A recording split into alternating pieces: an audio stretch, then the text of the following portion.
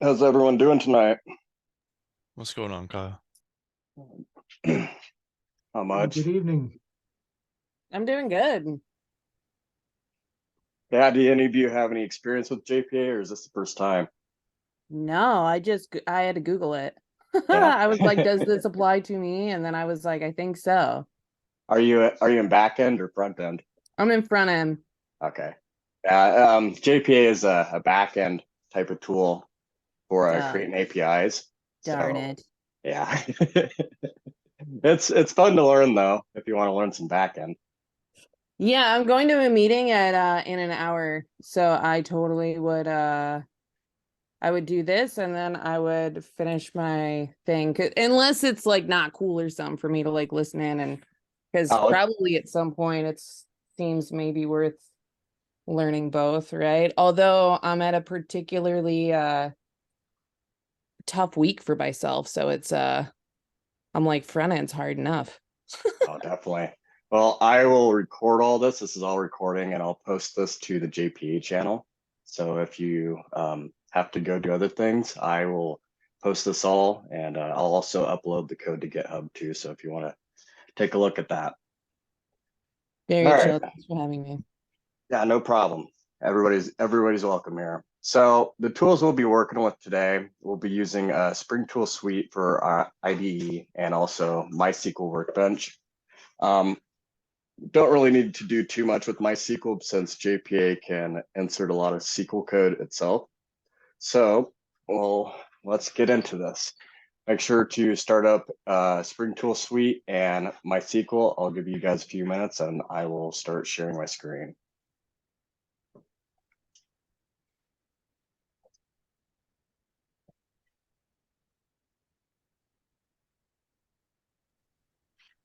I was trying to bring up my workbench and then it wanted to start my video and I'm like, no!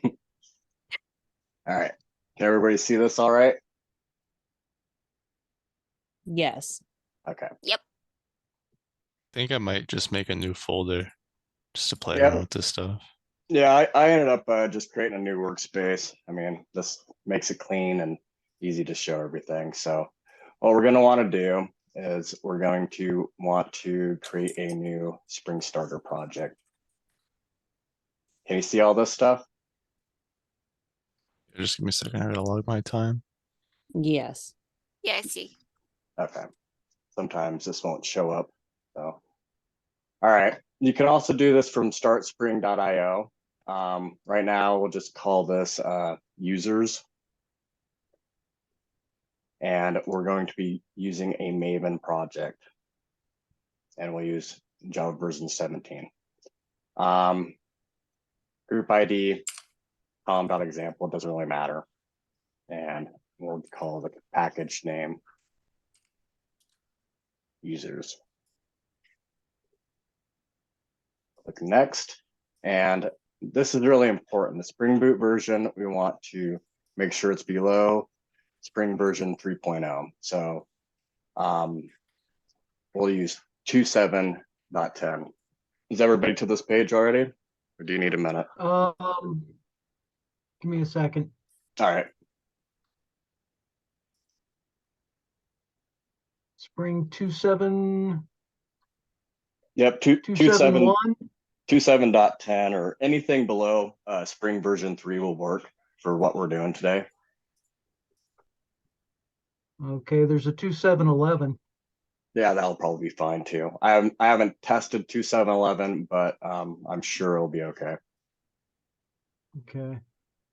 You can always change it too when you get into your POM. But this is just starting it up. All right. So we want to include Spring Boot Dev Tools, Lombok, and the developer tools.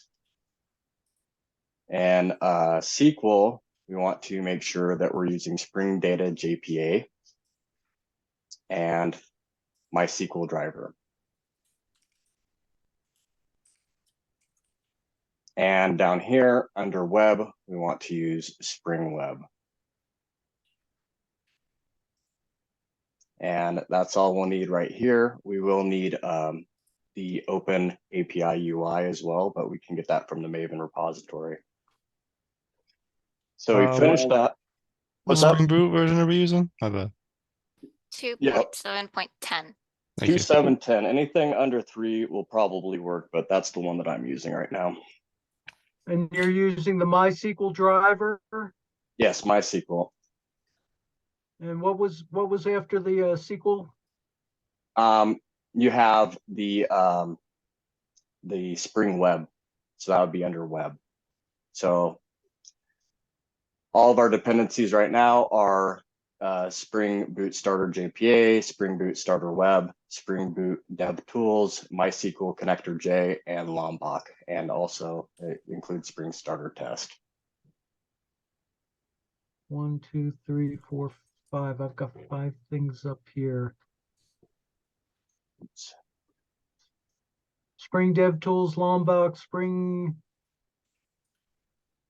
Data JPA, MySQL driver, and Spring Web. You got the MySQL connector?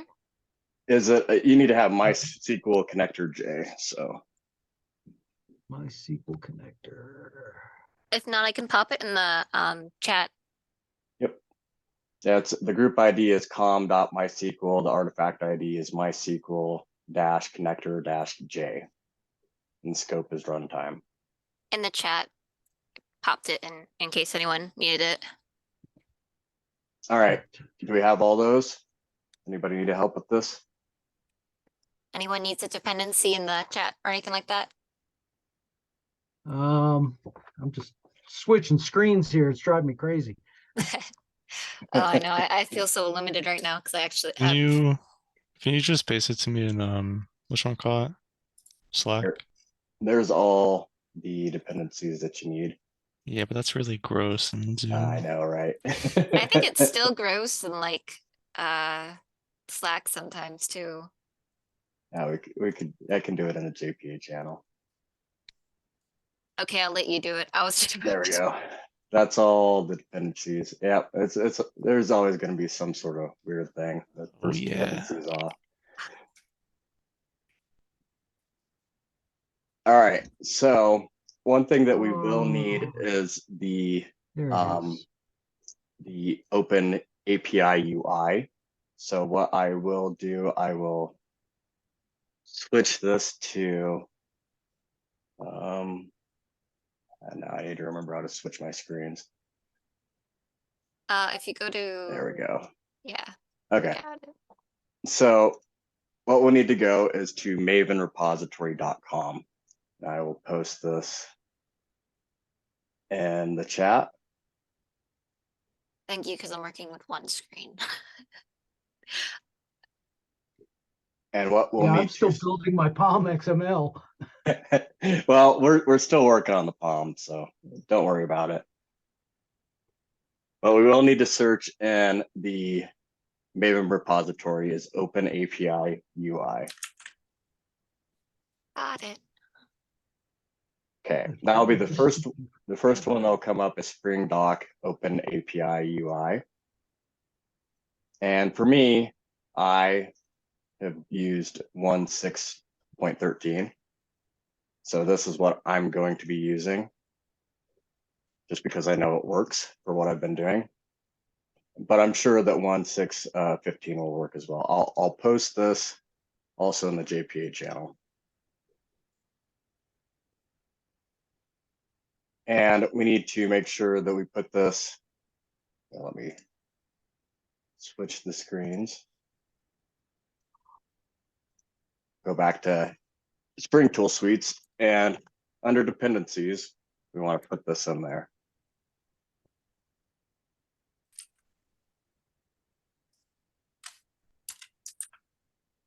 Ah,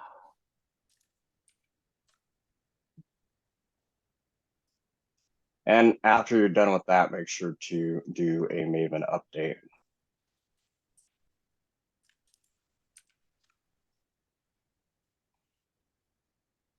I All am right. still building the original pom.xml file.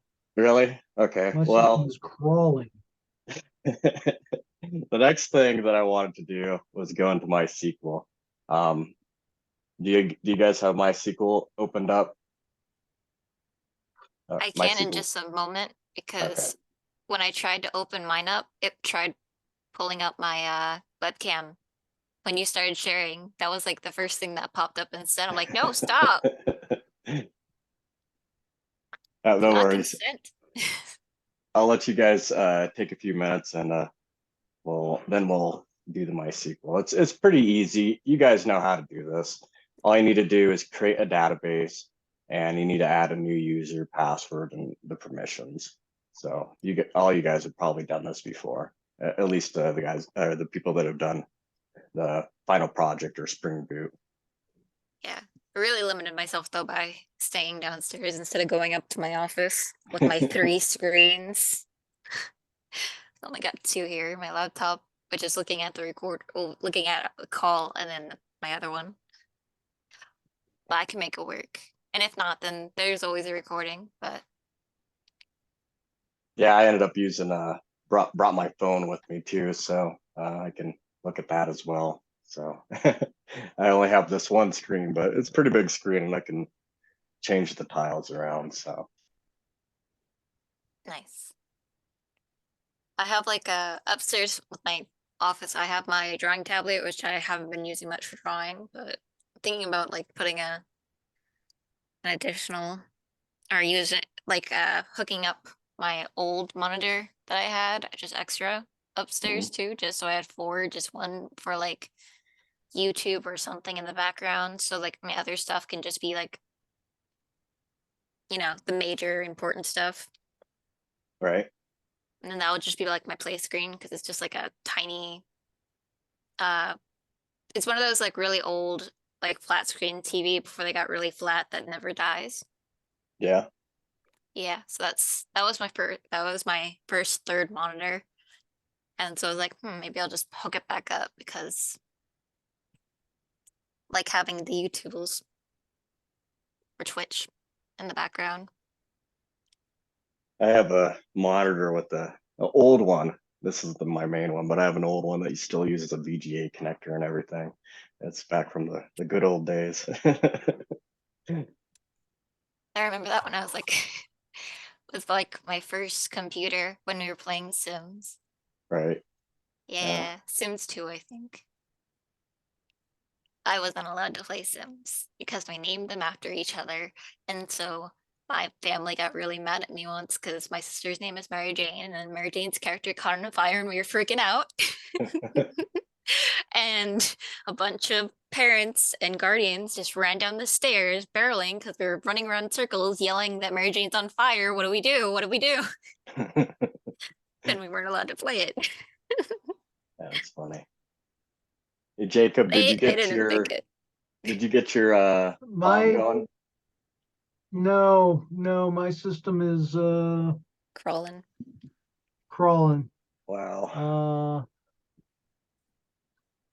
And it's telling me I'm at about 26%.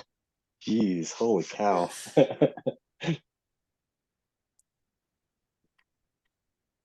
Are you gonna have like a master repo? What's that? Are you gonna have like, sorry, are you gonna post this like on your GitHub, of course? Yeah, I'm gonna post what we do tonight on the GitHub. So, and like I said, I'll record all of it too. So if anybody needs to go over this again, then you can always come back to this. I'll put it in the JPA channel. I'll put the GitHub and the YouTube link. So if you need Awesome. to check something, then you can look back on that. I'm gonna switch to MySQL now. And this is just creating a database. So create database and we'll call it users. This part is very, very simple. So don't need to worry about too much. Just make sure that it's created. Yep, users, no tables. Then we'll go into administration, users and privileges. And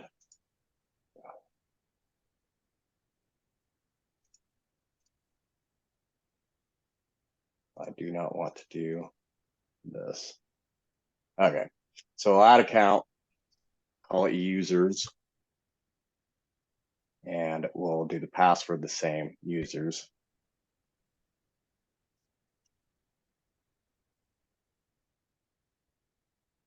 Doesn't really matter for this. This is just teaching you guys how to do this. You guys pretty much know all this stuff in general right here, what we're doing. So then we go to the schema privileges, add entry, select schema, go down to users, and okay. Oh, I did not do that correctly. Okay, but we don't want the grant, but you want to make sure that you apply all. Okay. So that's all you have to do in MySQL. Nothing else. You don't have to put anything else in here. You don't have to create the tables. JPA will create them for you, which is pretty neat. We'll go back to Spring Tool So- Suite. What's So that, you're Jacob? literally just creating the database and the user. Yep, creating the database and the permission. That's all we're doing. That's all that we have to do touching MySQL. It's pretty nice working with JPA since you can create all the tables from JPA itself. All right, the next thing we need to go to is under source main resources and into our application.properties. This is pretty important for JPA. And first, this isn't unique to JPA. You can do the same thing with JDBC because JPA actually uses JDBC underneath the hood, but we need to configure a URL. So we will do Spring data source. If I can type correctly. It's okay, I URL can't spell. equals. Then we will do JDBC, MySQL, colon, localhost, and our port 3306. And then we will call the database that we just talked about, that we just created, which is users. And that's our URL. Next thing we need to do is configure the username and password. So very much the same as before above, but we will use username and password.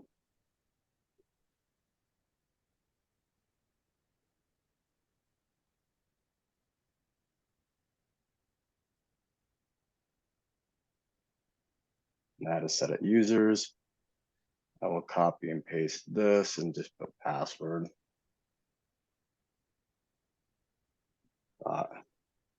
Password equals users. All right, so that's the basic stuff that you do with your JDBC project too, but we're gonna get into a few unique things for JPA and Hibernate. The first thing that I wanna do is when we're writing stuff to the project, we wanna make sure that our SQL is showing in our console to make sure that there's no issues. So how do we do that? And we have to put in Spring dot JPA dot show SQL equals true. True. Yes. I remember you telling me about this. It's very nice for debugging things. You don't necessarily need that, but that's just to show you what type of SQL statements are getting passed along.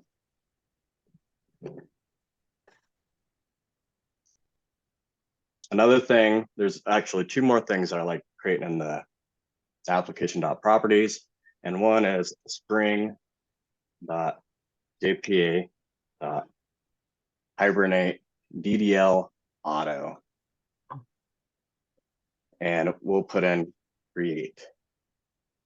This is for creating tables. If we get to a point where we've already created our tables and whatnot, and we don't need to create the tables, we can use update. But to begin, we'll use create. And the final thing is something that can be really annoying is Hibernate will create a sequence generator. And when you're trying to put in new entries, it will add one every time. It will iterate +1. So what I like doing is I like turning that sequence generator off because I like everything being automatically generated instead. So we will type in spring.jpa.hibernate, use new ID generator mappings, and we will set that to false. And that's all you need for your application.properties. I will post this in Slack as well.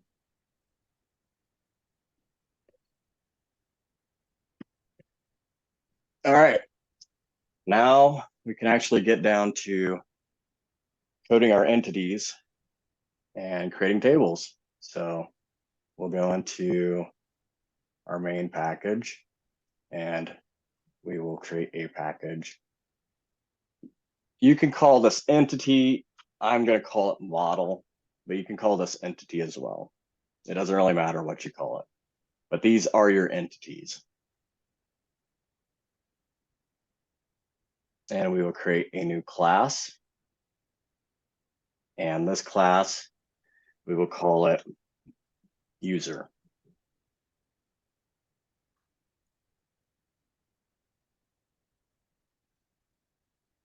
So I posted something yesterday about how to do implicit versus explicit naming. Today I'm going to be using mostly implicit naming. And I think I did a little bit of, I showed a little bit about how these things work, but the gist is that everything that uses a Pascal case or a camel case, they'll automatically translate to snake case in your database. First thing we want to do is make sure that this is annotated as @entity. This lets it know that we're creating this for a table. Another thing we'll start doing is getters and setters, so we don't have to do all the boilerplate code. Now we'll create our columns. And first thing you want to do is create your private key. So we annotate that with ID. And we want to talk about its generation value.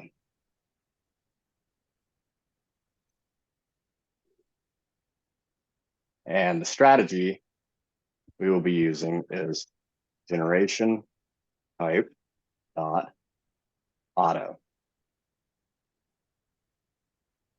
And we will name this as a long, and we will call this user ID camel case. And we have to add in generation type. Next column, we will call it username. We'll make it a string. And that's it. Like I said in the JPA channel, you can annotate the table. If you want to use something else than user, or if you want to use something else other than username, you can annotate these as @column or @table above. But for this, we're using an implicit mapping, so this will automatically convert this to snake case. Are there any questions about this? My Spring Tool suite is just frozen, so I'm just waiting. I drink on other things. I'm Mine glad just that you're finished. recording. Mine decided to be a butt. And now I remember why I can't go upstairs, because I am having Spring Tool suite be on my VS Code. But downstairs I have it working here, and I don't know how to fully do it on my VS Code yet, even though I'm super excited about it. Well, I know that Spring Tool Suite can be very difficult at times to deal with, that's for sure. Well, Well, like from what I've seen from VS Code, like it shows like it shows just the UI of it looks very interesting and very nice and streamlined. Like it has a whole thing where you can just see the dependencies on there. Obviously, you can see it in the pom.xml, but like everything's organized. Mhm. And also, I get to have my little VS Code pet in like the corner. So I want to show you guys something interesting with this. This is just to start out. We can actually run this now, and this will automatically create these columns in this table without doing anything in MySQL itself. So we'll run this as a Spring Boot app.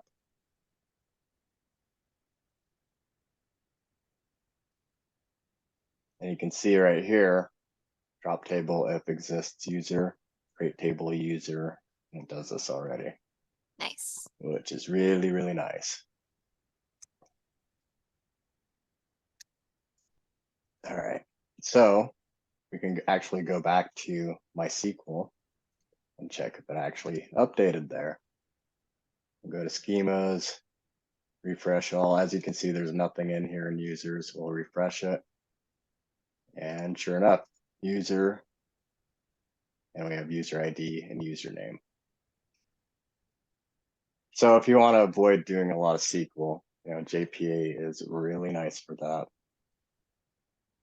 Is there a way that we can see like the SQL like tables as they are being generated, or do Yeah, we just so kind of right here. So Hibernate gives you the drop table if exists user, Hibernate create table user, user ID, big int, not null, auto increment, username, varchar, primary key, user ID, and it tells you the engine. So when you're running it, when you put that annotation in your resources, or not the annotation, the Spring JPA show SQL, it will automatically, every time you do something on the database, it will show your SQL right here. I just meant like in my SQL itself, like will this generate like an SQL script, or it's just kind of like something that's being like that we know about and we can see like in our console, but it's not really like a thing that we can pull up and show someone, hey, look at, unlike in JDBC or when you make a script completely. So it won't actually, the output, you mean, or anything? Yeah, like when you pull up the schema and the tables and such. Sorry if that's confusing. Oh, it actually won't put an action output for your Mhm. MySQL. So you're just kind of dealing with Hibernate. Hibernate is the one that's doing all this. Okay. Because you're not actually doing it in Workbench or DB, you're doing it via Hibernate. Okay. And one thing I want to show real quick, and this is pretty important for people, I don't think a lot of people have good advice about this, is many-to-many annotations. I can get into the weeds with it all. You can do fetch and cascade. I'm going to do it very simple for you guys, just to give you kind of a basic understanding of what to do. So we'll annotate many to many. And this is the same for like many to one, yada, yada, yada, one to many. Like I said, I'm not going to get into all of the fetch and cascade. If you want to learn more about fetch and cascade, you have your fetch type lazy and your fetch type eager. You have cascade types, at how they deal with parent to child relationships. This is, it's kind of what you need for certain things. I would say that generally when we're doing a many-to-many mapping, our fetch type wants to be lazy. And what I've done in the past is a cascade type of detach, but we don't need it for our purposes tonight. So the next thing we want to do is create join table. And the join table, we give it a name equal to user,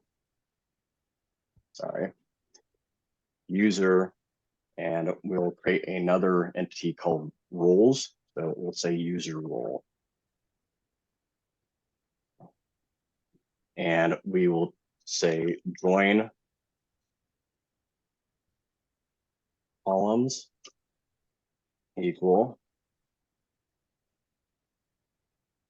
at join column name equals user ID.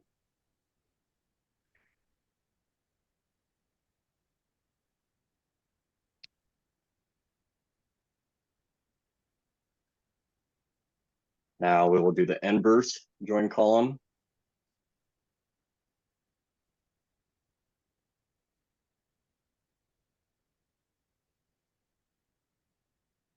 And again, we have to annotate it as join column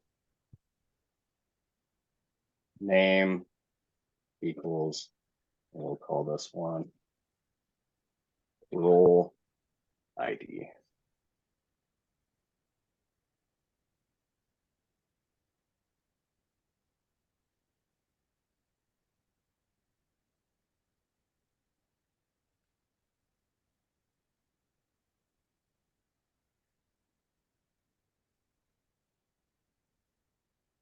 Kyle, can you see when people raise their hands or no?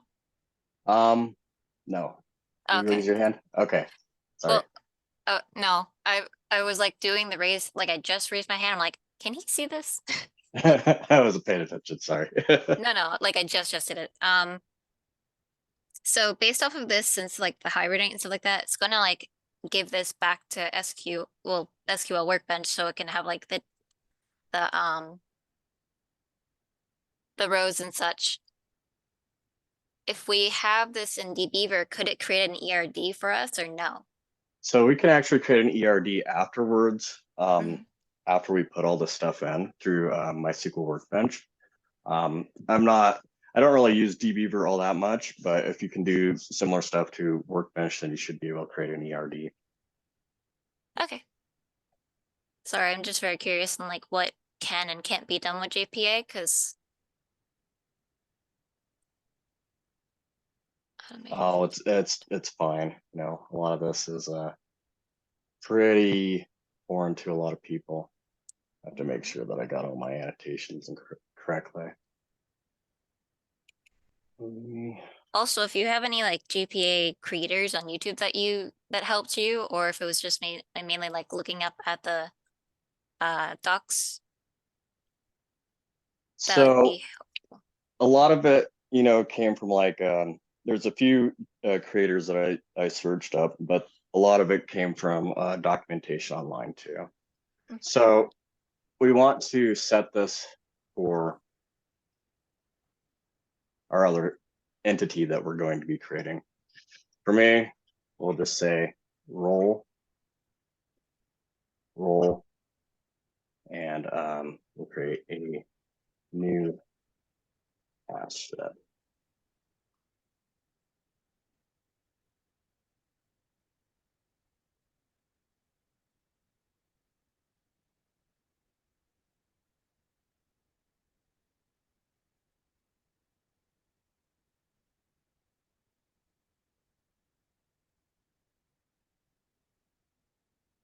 I know what I did wrong. There we go. Have to love those little things, right? So we're gonna have to create a new entity called role. So we'll create a new class called role, and we'll just keep it in the model. And this is going to be very similar to what we did with user. If you need a minute to just look over everything with our many-to-many annotations in the join table and join column. This right here, this join table, user role is going to be the name of our join table. It's going to map against user ID, which is our private key, and role ID, which will be our private key for role.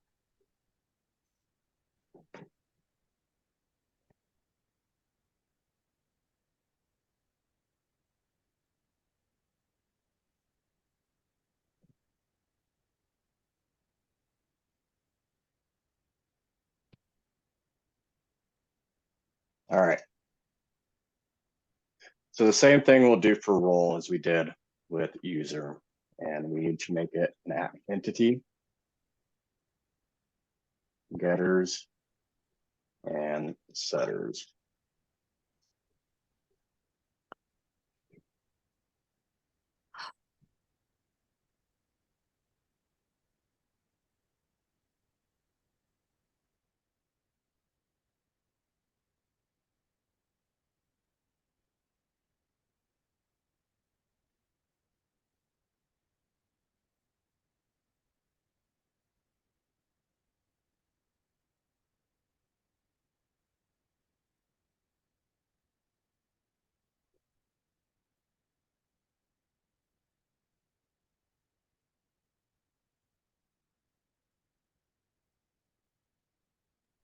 Hey Kyle. What's up? I'm not sure if I missed it, but those at entity, at getters, at setters, are those comments or? So these are your getters and setters. You can actually go in here and go to source and generate getters and setters that way. But with Lombok, it will see over here, we have a get role ID, get role name, set role ID, set role name. It's just a way of reducing boilerplate code. So you can do it this way with source, but you need to make sure that you have Lombok. And if you don't have Lombok installed, I would suggest that you just go to source and generate getters and setters, and it will do. Can't do it right now, but that's the other way of doing it. And here I will just show the other way. Do it real quick. If you don't have Lombok installed, go to source, generate getters and setters, click on role ID, role name, and generate. And then this is what the code would be for what we're doing with Lombok. Hey, Kyle, Yes? I heard from others that like Getter, like Lombok doesn't like working with JPA. I thought, does it work with it fine? I heard from other people that like they had so much problems with JPA. Sorry, JPA and Lombok. There we go. I would imagine what they're using is the @data annotation. And yes, the @data annotation, do not use that. Okay. Because there's a problem with how the hash code sets with JPA, and you'll have issues when you're dealing with particularly many-to-many relationships. So I would say steer away from @data, but use @getter, @setter are just fine. Thank you. Yep, no problem. So on this side, we're going to do the many-to-many mapping, and it's a little bit different.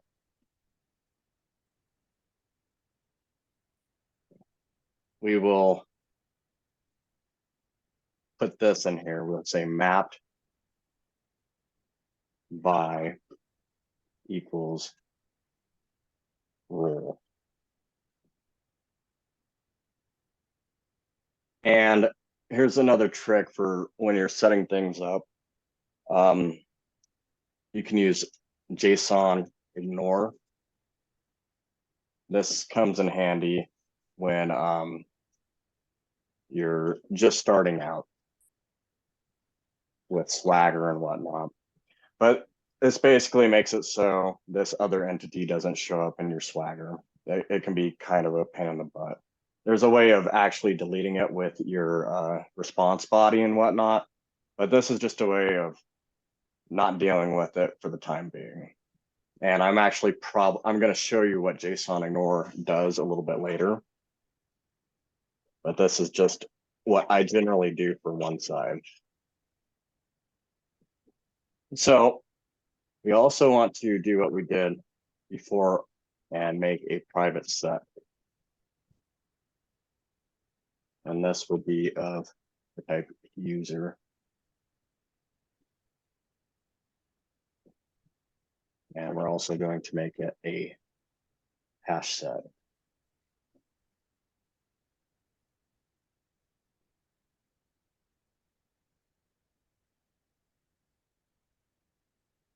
And that's all we have to do for our entities right now.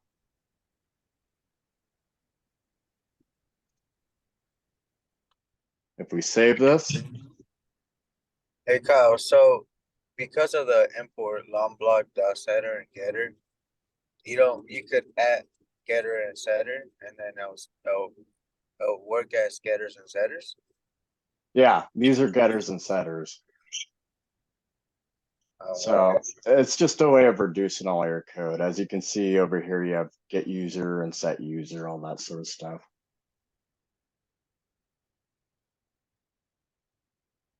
Okay. So now if we rerun this, you can see that we've created 3 new tables, user role and user role. And we'll actually go into MySQL to verify all this, but it's important that you make sure to go in with the main side of your many-to-many annotation with the join table annotation to make sure that this is what you want that join table to be called.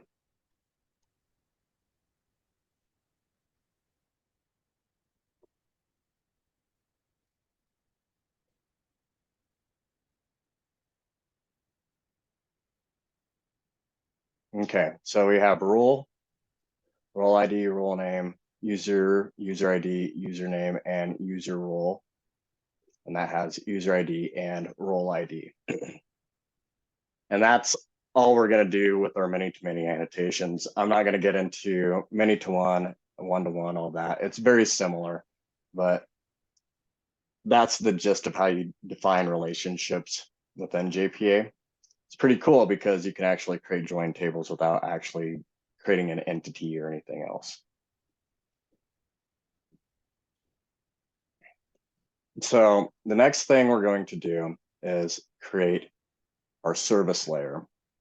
And we'll stop this for now. What we're going to do is we're going to create a new package. And we will call this dot service.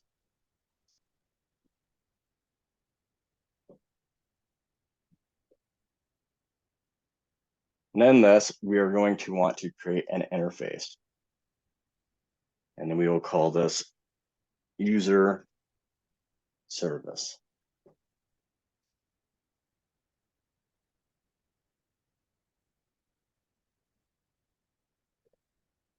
From here, we'll start out just by creating a user. That's we'll get to everything else later on, but right now I want to at least get one CRUD operation going. So what we'll need to do is define our method, and we'll use public user, save user, user.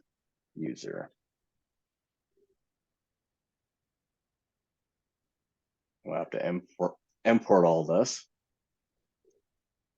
For now, that's all we need from the user service. The next thing we're going to do is we're going to create another package. We will call this .repository.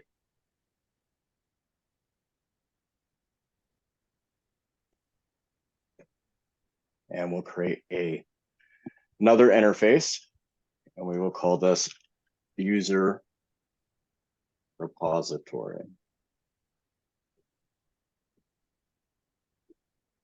We have to annotate this as @repository. And we want to extend the JPA repository. And what does a repository exactly do?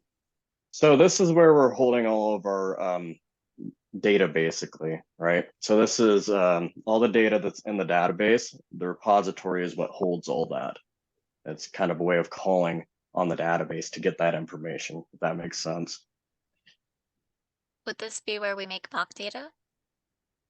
What's that? Would this be where like mock data would be made or no?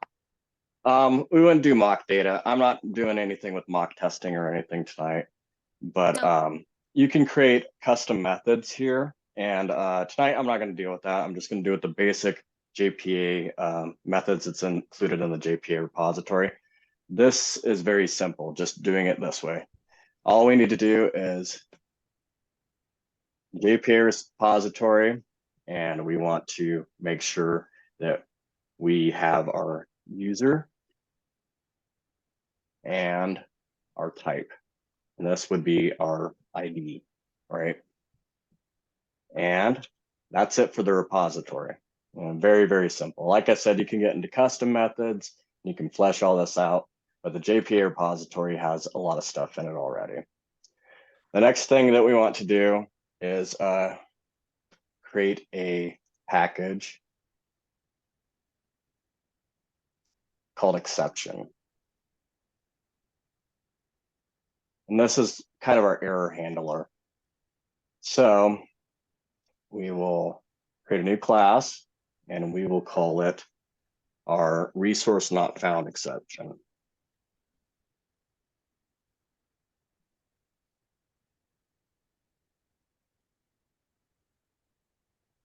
That doesn't look right. I have to love the typos. All right, I think that's correct. Okay, with this, we want to annotate this with response status.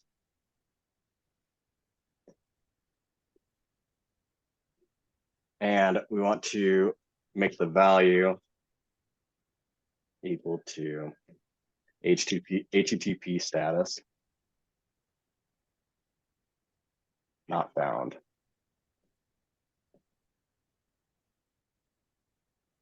And we want to extend the runtime exception.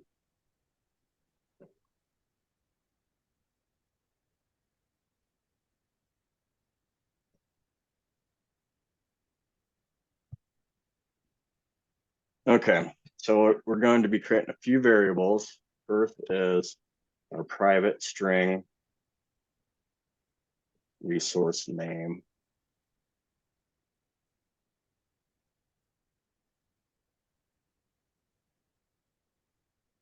Next one, it's going to be our field name.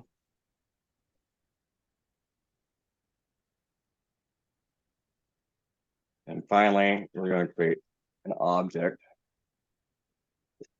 of the field value.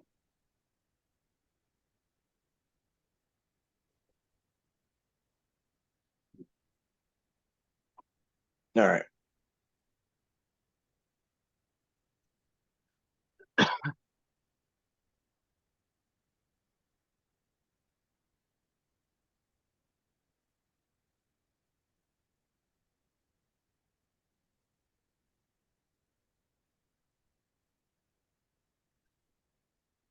Here's our constructor that we are creating.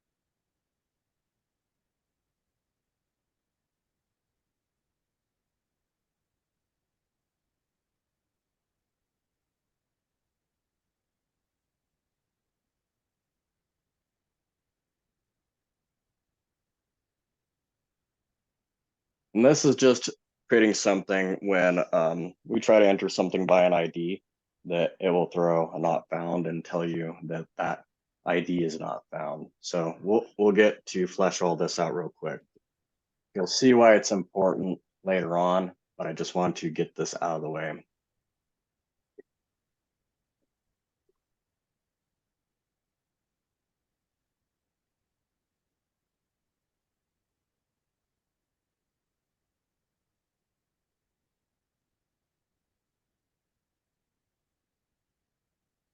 We actually don't need all this other stuff here.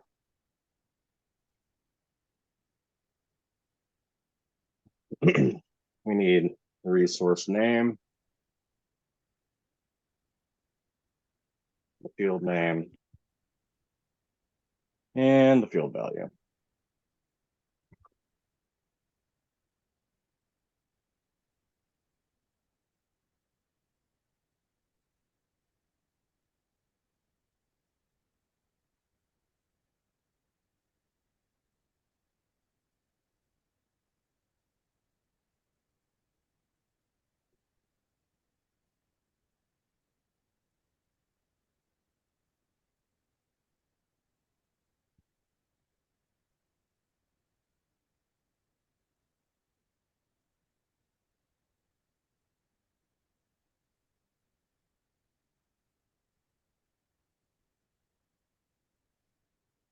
And that's it for our constructor. Now we need to do our getters for get resource name, get field name, and get field value. So what we will do is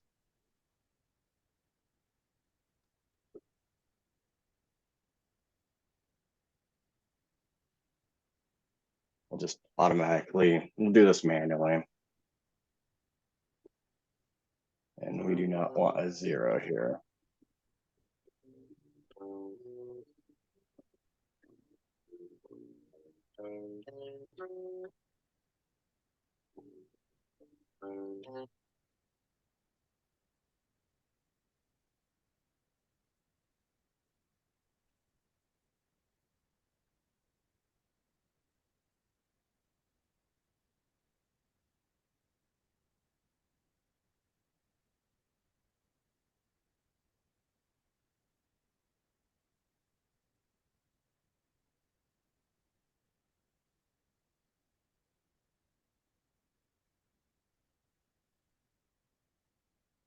Honestly, this right here is going to probably be the most coding that we do tonight.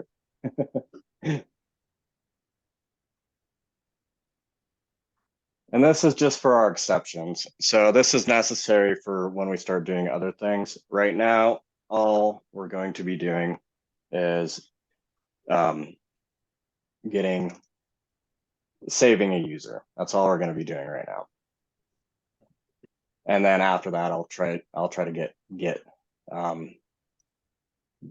also do a get mapping. Right now, all we're going to do is a post mapping. So what we need to do is we need to create another class or a class inside of our service layer, and we need to call this user service IMPL. And this is our implementation of the user service. And we'll make sure to add user service as our interface. Okay. So before we get going too far into this, this is where we annotate at service.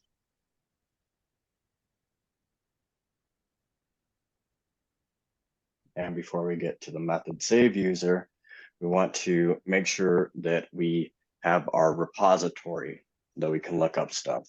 So we want to private user repository, and we'll annotate it as user repository.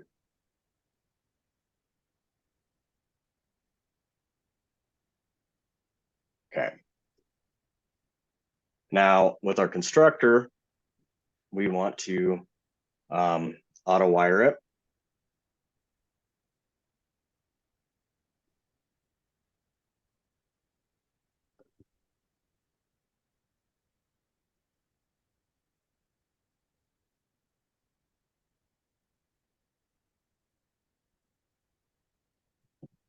We want to make sure that our user repository is there, and we'll call it user repository.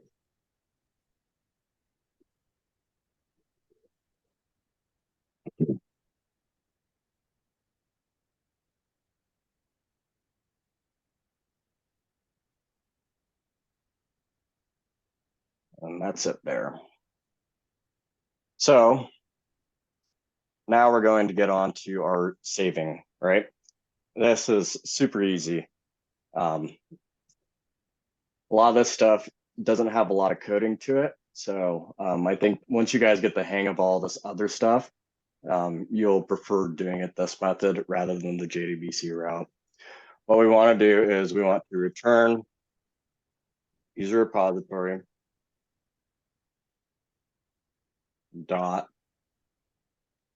save user. That's it. So the next thing that we want to do is actually go into our controller. So we're going to have to create a new package called controller. In this controller, we will create a new class called user controller. Go to the controller. We want to make sure that we annotate it as a REST controller. And get mapping.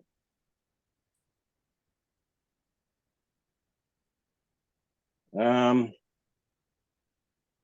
call this user's user.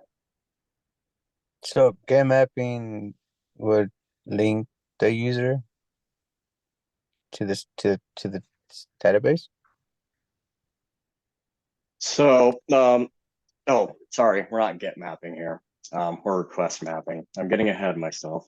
It happens.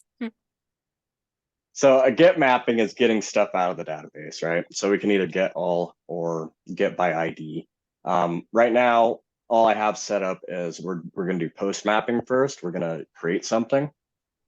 So now what we have to do is we want to make sure that we're calling our service. So from here, we will do private user service. We have to make sure that we import this.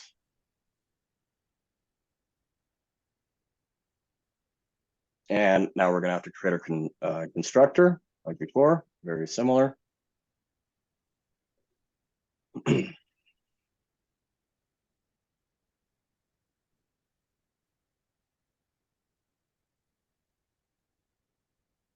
Have to auto wire it and private user controller, user service, user service.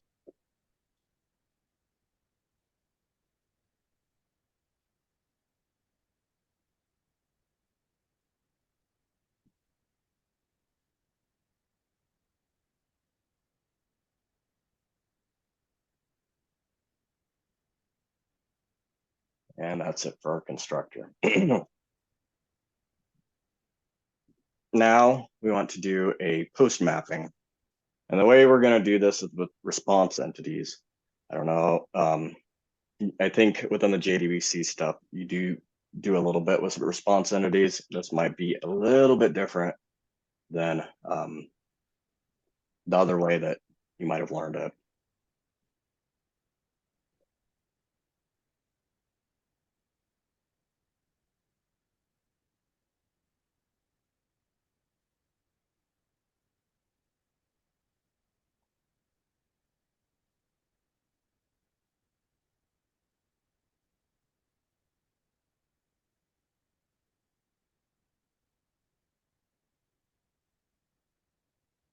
And we're going to request the body.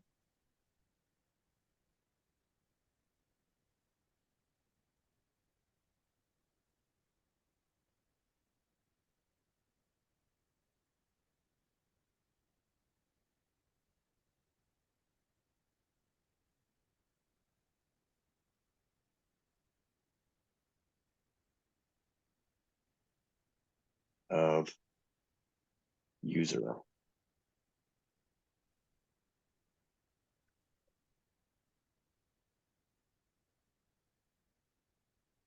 Now we want to return a new response entity.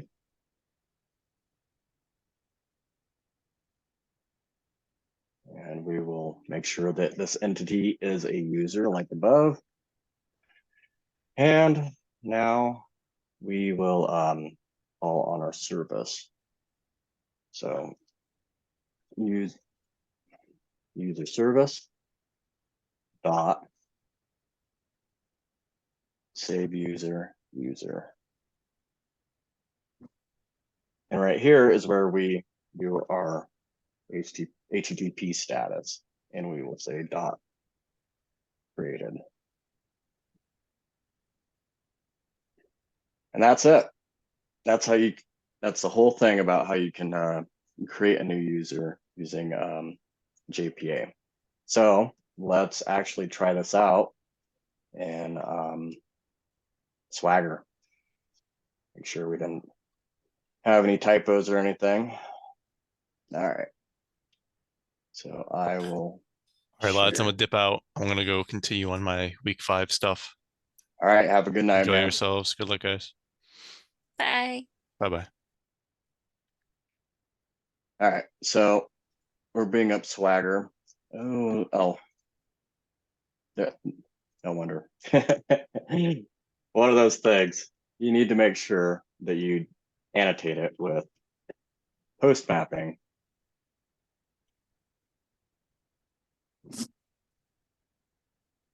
And that's all we need to do there. So now let's try this. Okay.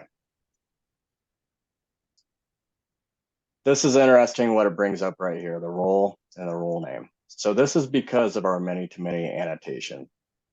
We can either, well, we can't actually enter into the role right here. But what we can do is we can delete this for now. And this is why you use something like JSON ignore, right? If you use JSON ignore, that whole thing wouldn't be there because we haven't gotten our role or anything mapped yet. So we'll do username. We really don't even need this up here. We'll just say Kyle Miles. Execute. And okay, why is that happening?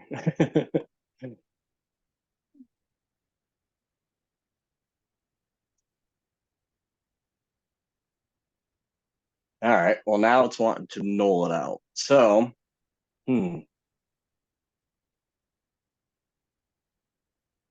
let's go back.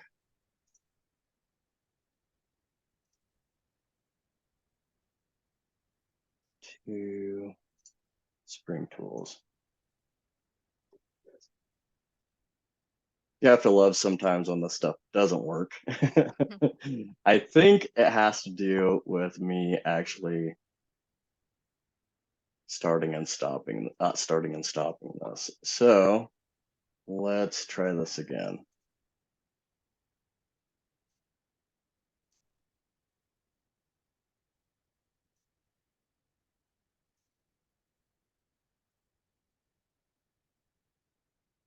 And we will reset this.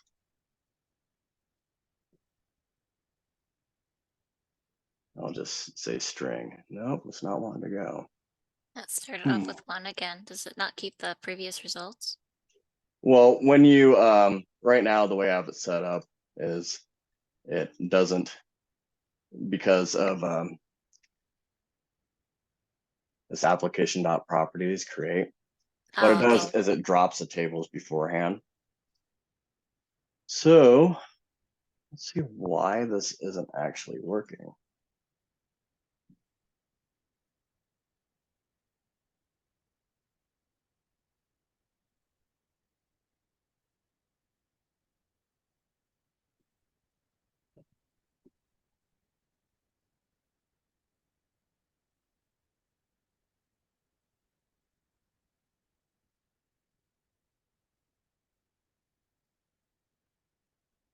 Okay.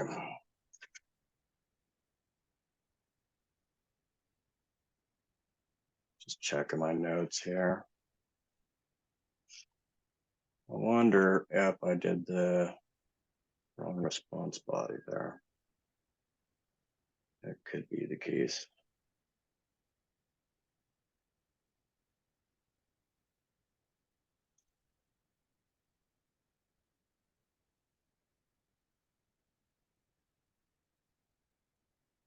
Well, this looks all correct.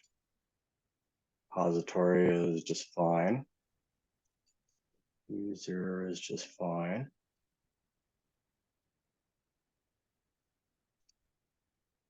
But our user controller.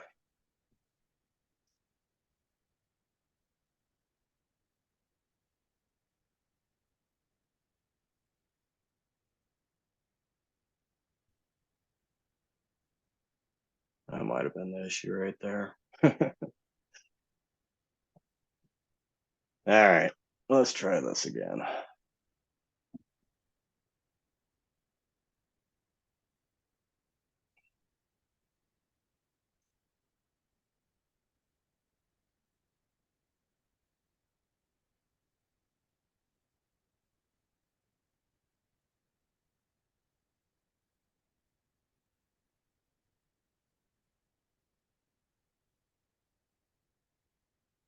Nope, not working. What in the heck is going on here?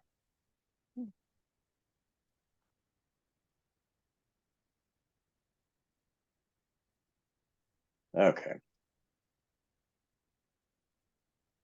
Have to love when the stuff doesn't work when you want it to. Happens to the best of us. Right. Okay. So I'm actually going to try to do the fetch in the fetch type. So go here, fetch equals fetch type dot lazy. And you know what? I'm gonna JSON ignore this for the time being.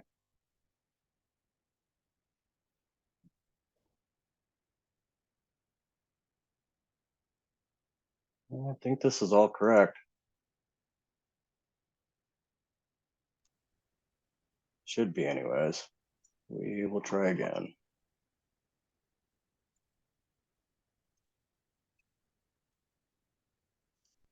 Okay, so now you see how it comes up and it didn't show the rule or anything. That was because of the JSON ignore. So I will just try it again. Nope, it's null again. What the heck is going on here? Something I'm overlooking.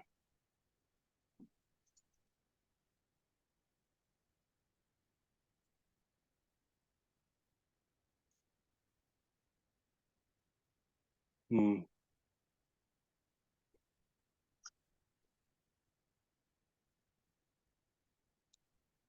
curious if I have the wrong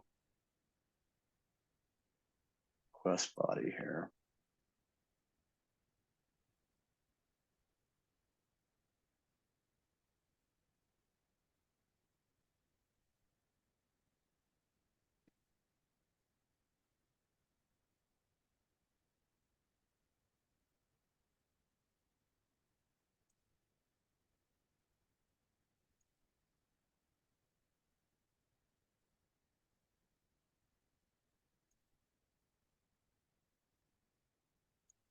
So how's everybody's night going so far? Going pretty good.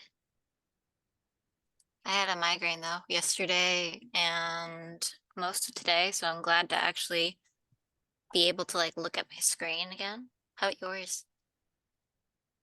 It's going okay. Definitely want to be able to figure this out. Maybe it's because of that right there.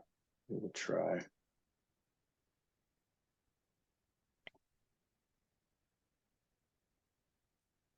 Huh.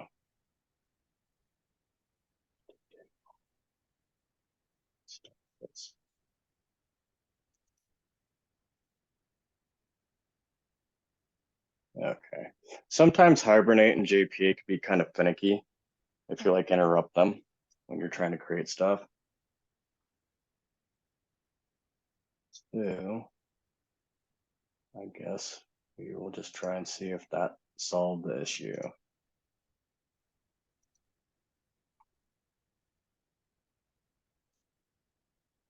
There we go. It's that response body. Oh man, I chose the wrong one. So a lot of this stuff, easy to start, easy to learn. It's kind of hard to master this sort of stuff though. And little things, little typos, they will always mess you up. And you know, that's true with anything, I was but about to say. yeah, particularly with JPA, there's certain things you can do, like it can mess everything up. Particularly when you're doing like implicit naming and stuff, you have to make sure that everything that you do, like when you're using like this camel case, right? You have to remember that this will create a underscore in the SQL database. So it will create everything go to snake case if you make it camel case. And typically that's not a big deal, but one thing that I want to talk about, at a later date is creating custom methods inside your repository. And you can do some really cool things with that, but you have to remember that you need to make sure everything is in camel case. So.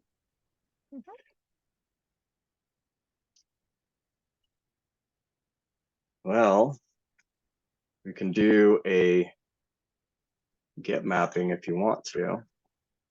Sure.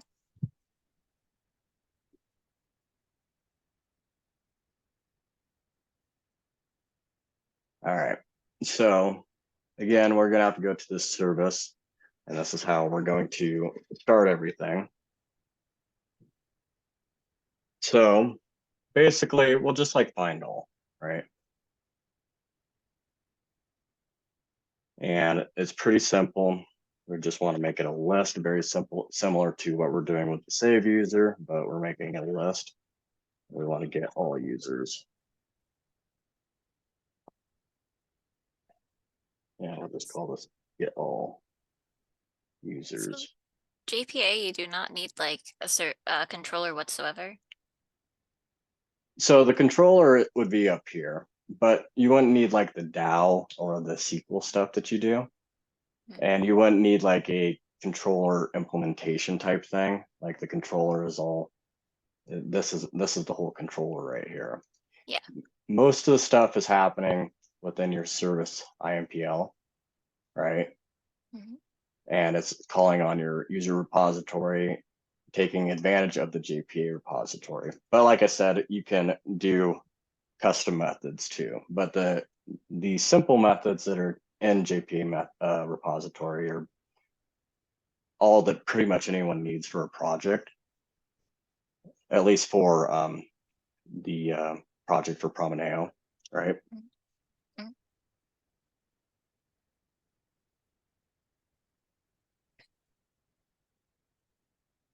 Okay, so now we need to implement this. And this is another very, very simple one. The only one that takes a little bit of time is your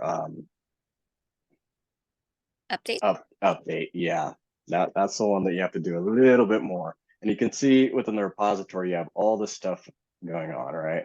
That's from that JPA repository and CRUD repository, which JPA extends CRUD repository. So you have all this. And what we want to do is we want to find all. And that's it, at least for the service layer. And you go into the controller layer. You have to make sure that we annotate it this time. The first time I didn't annotate the post mapping.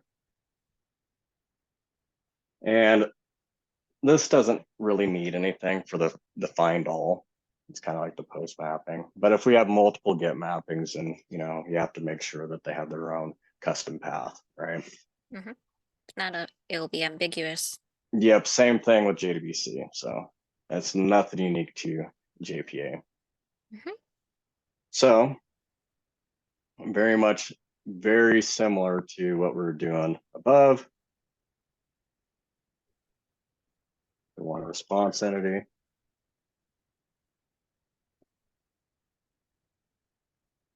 And we want to make it a user, but we also want to make sure that we're getting a list of users. We'll get all users.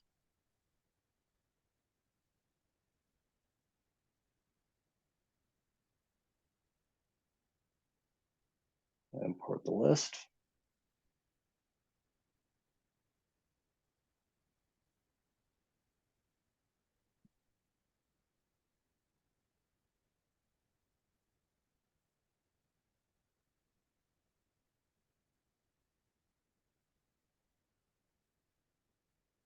Oh.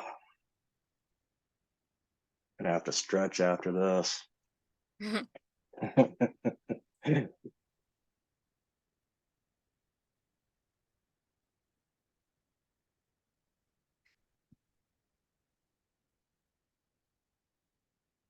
And there we have it. That's how we get all users. See, this stuff isn't very complicated. It's just a lot of the stuff at first, like creating the tables and whatnot. That's the part where it might be a little bit more difficult. So let's go back into Swagger and reload this. Since it created new. Okay, come on. Do you have to stop it and start it again? Or did you already do that? Yeah, I'm starting and stopping it again. Swagger is kind of a pain sometimes. Everything gets cached. Okay, well, I didn't do something right. What didn't I do right? Is everything saved?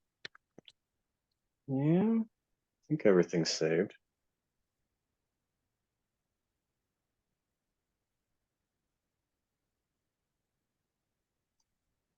Oh.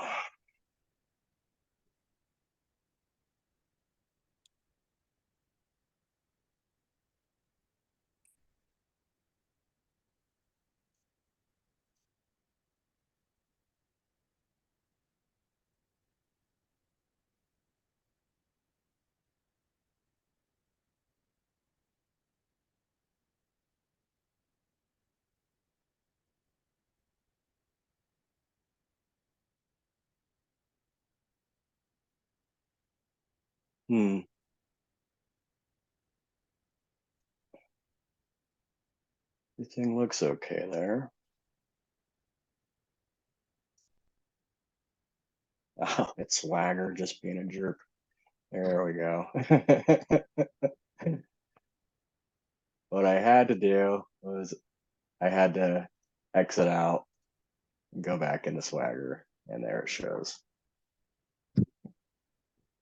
Fun stuff. All right, and so I will just create a few of them since I want to do Kyle 1, Kyle 2. Well, let's say Jolene. There we go. And try it out. And we have Kyle and Jolene. Cool. And a lot of stuff, it's very similar. The update is obviously a little bit different, but I think I might get to that at another time. Then we can So- actually, what's up? I was just gonna ask, is there gonna be like, obviously we're gonna meet again, but like, is this like just a sample project, or are we gonna like keep building on top of this and this will become like a project kind of thing? Yeah, I want to actually build on top of this. I just want to get the basics out there and put a few, a little bit of crud out there for people so they can at least do their gets and posts, right? The updates and deletes, or we'll do that too. And I also want to get into a get mapping and find by ID and whatnot. So we would make use of this exception here, because this will come in handy later down the road. Obviously, we didn't use this for now, but it will come in handy, particularly when we're trying to find by IDs and stuff. So I'm thinking about doing another one this Saturday. I might just wait until next Monday. I know your guys' schedule is throughout the week. So I'm not really sure what I want to do as far as building on top of this, but definitely want to at least meet a few times a week. Yeah, we can always, well, like what you could do is that like you could add on to it and maybe like test some things Mm-hmm. and then like have like a repo where that's private to you to see if you want to actually implement those or if you're just playing around. Yeah. I mean, I was thinking about putting out a repo that I already did and already knew. But it was like, okay, well, let's actually code this tonight. It's like, well, and you're always going to have a little bit of errors when you're doing that right off the bat, you know. Yeah. But yeah, I figured it would be nice for people to code along with what I'm doing. So I'm gonna have to code along again because my Spring Tool suite, like, I had to end the task because it froze yeah, and like lost almost everything except for like the generation of the project itself. So didn't lose everything, but we'll have to do everything from the application.properties file onward, which is fine. yeah. Well, the application.properties, that's really important. I don't think you do too much with it for like JDBC, but JPA, there's a lot of other things that you can add on to it, and it makes life so much easier. But as you can tell, this is pretty simple when you get down to it. You don't have to do all those SQL statements and whatnot. It's just kind of understanding the basics. Like I said, it's easy to learn for beginners, but it's kind of hard to master all the other stuff that you might do with it. There's some things that can be kind of unintuitive at first, but I would say that if you want something to just work, then this is a pretty easy way of doing it. You don't have to worry about a lot of SQL stuff. You just have to worry about your own typos and your imports and making sure, like what I had before, that request body right there is the right one. I picked the wrong one, and that's the one it needs to be. Yeah. And you can also do stuff like what you do with Dr. Rob and whatnot. You don't have to do it this way. This is just the simple way of doing it. You can do all your open API definitions and all sorts of stuff like that. And you can have that sort of list, that drop down list. And that's very similar to how you would do it with JP or JDBC. There's nothing that would be different with that. Yeah, the controller is very small. I mean, like, it doesn't seem like you need the interface for the controller because you only have the class, right? Mm-hmm. Yeah. So the only interfaces that you really are using is this repository, which obviously there's nothing in it for a basic one. You can do custom ones, but it's not really needed right off the bat. It is fun to mess around with custom interfaces once you get the hang of it, or custom repository methods. And obviously in the user interface, the user service interface, I should say. But yeah, it's pretty simple. I think that a lot of people, the problem is when you go online, there's not a lot of good direction, I would say. Some of it gets kind of lost in the weeds, and there's various ways of implementing this stuff too. This isn't the only way of doing it, right? Particularly with the controller. But I think I like doing it with the response entities, particularly. Yeah. From what I saw tonight, I really like it. Yeah, I mean, it's a breeze once you get the hang of it. So I, just like everything, it's, putting on the training wheels first and then kind of doing that. And before long, you'll be very comfortable with it. I think that a lot of people, they overthink it with JPA. Like I said, there's just not a lot of good resources out there. And a lot of this, this is kind of the way that Dr. Hobby taught, kind of. There are some things that I do in particular. He uses explicit naming, or I tend to like the implicit naming route. And he never really showed anything about the many-to-many. So that's something that I had to figure out on my own. And this part right here, it can get really confusing because, like I said, you can do the fetch type. And here, I'll just kind of code this in here too. You do something called cascade. And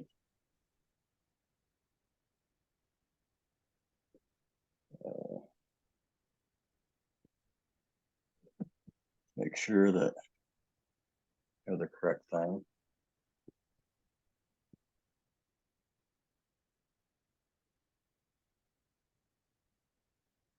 Do something like that, but need to make sure that take that out. And this is just for like parent to child relationships and stuff. You can do cascade type all. I've used detach, but like I said, for now it's not really that important to understand like fetch and cascade, as long as people understand the basics. Like that's all they really need to know. Especially for What- the first introduction. Yeah, that the fetch is basically how how Hibernate kind of gets information.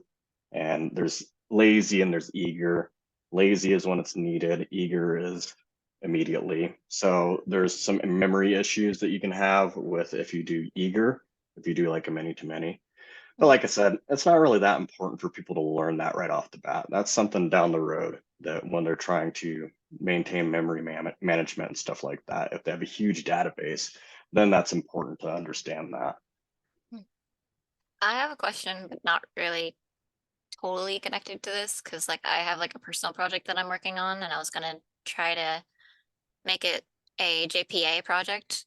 So like, you know, I always like making any project a passion project. And so I was gonna make the back end of an application where it's basically something that I've been toiling for a while. Basically, it's a cold monster to do. It's basically to-do lists. However, they're split into like 3 or 4 types of monsters, so you can easily do them and pick what you need based on whatever you need to do. They'll be basically listed out. But it's not going to really have like a login component or anything like that. It's just going to be like something on your phone or on your computer that you can use. Mhm. Do you think that needs password protection or anything like that? Or Um, protections like that? Possibly. It's it depends on the type of password stuff that you want. Like, I think it's fun dealing with like screen security. There's different ways of doing it. Like, you can do it with like JWT or OAuth, or you can do it via the like JPA and the database too. I was actually thinking about down the road, like using this as an example to use username and password and stuff like that to show people later on how to do a JPA log on and authenticate that and make sure that your password is encrypted and whatnot. That's why I used user and role, for Nice. example. So, but this is, I didn't want to put like password in there right now, of course. Well, I figured that that would be something down the road that we could actually get involved with because that's actually a lot more difficult than JPA per se. There's a little bit more that goes on to that. I would say doing the Spring security stuff, um, it's a little bit more confusing in my opinion, but it's not too bad. And also, something that I want to teach people is how to encrypt the username and password right here. Because this is something I always thought like, oh, well, it's great and all, but you have your username and password right there. Like anybody that has access to us that sees it online, and they can get into it, right? Like security is only, even if you have your authentication type, people can still access the database that way, right? Yeah, I've always So hated that. yeah, there's a tool called JSIP that you can use, and there's a little bit more that goes involved with that rather than just coding. You have to deal with like your Java home path and stuff like that. But I think it's really interesting because yeah, you can use a command line tool and you can put in something like DC users. Oh, sorry. And then it will, or then it will encrypt it, that sort of thing. It's pretty cool, in my opinion. Yeah. But for right So cool. now, I think that that's a little bit too much. In your repository, it might be a good idea, though it's completely up to you. If after like this week, like if we meet up again to like break it up into weeks, so like you would have like the main branch that you'd push to, and then before you push anything else, like for week 2, you'd first make a week 1 branch and then push to the main. So the main would be the one that's up to date. That's a good idea. And then you never have to change anything because you're just copying whatever is on main currently to that branch and then pushing the new stuff. Yeah, I think I'll definitely have to do that. That way, it won't get all confusing and stuff. And I think you can change the descriptions. Let me double check because I have many branches on stuff.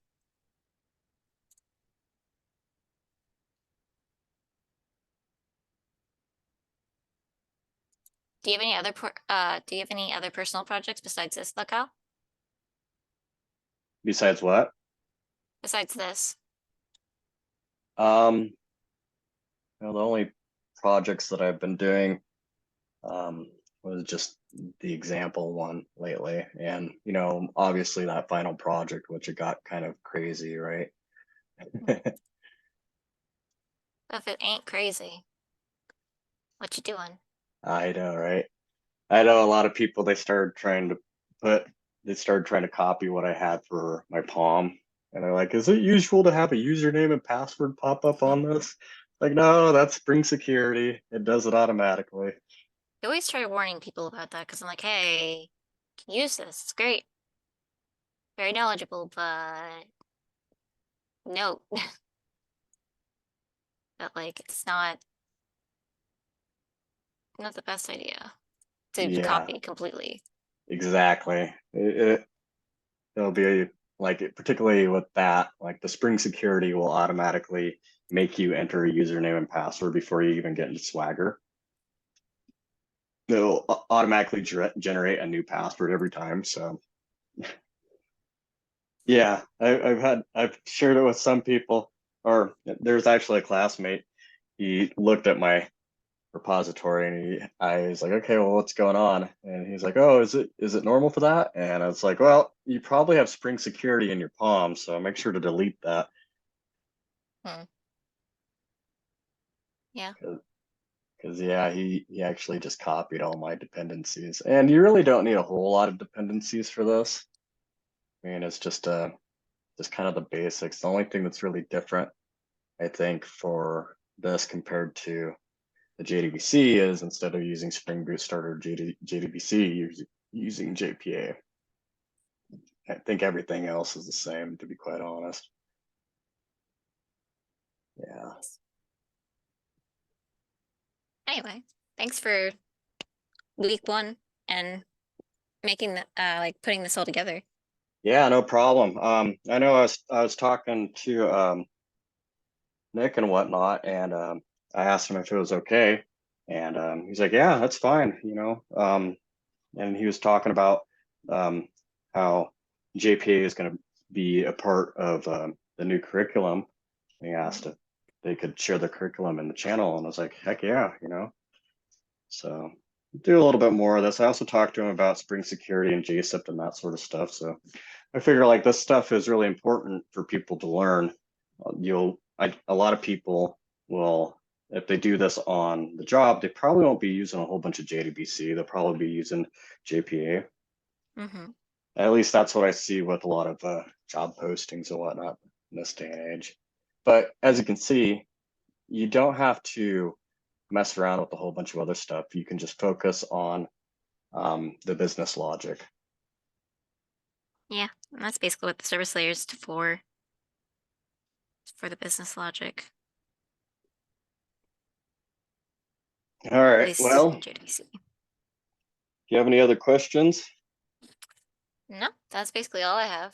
Okay. Yeah. Next week, I might do something this Saturday for a little bit and just flesh out the updates and the deletes. I know that you're pretty busy on Saturday, but I don't think I'm going to go too long that day. But I'll make sure to post everything.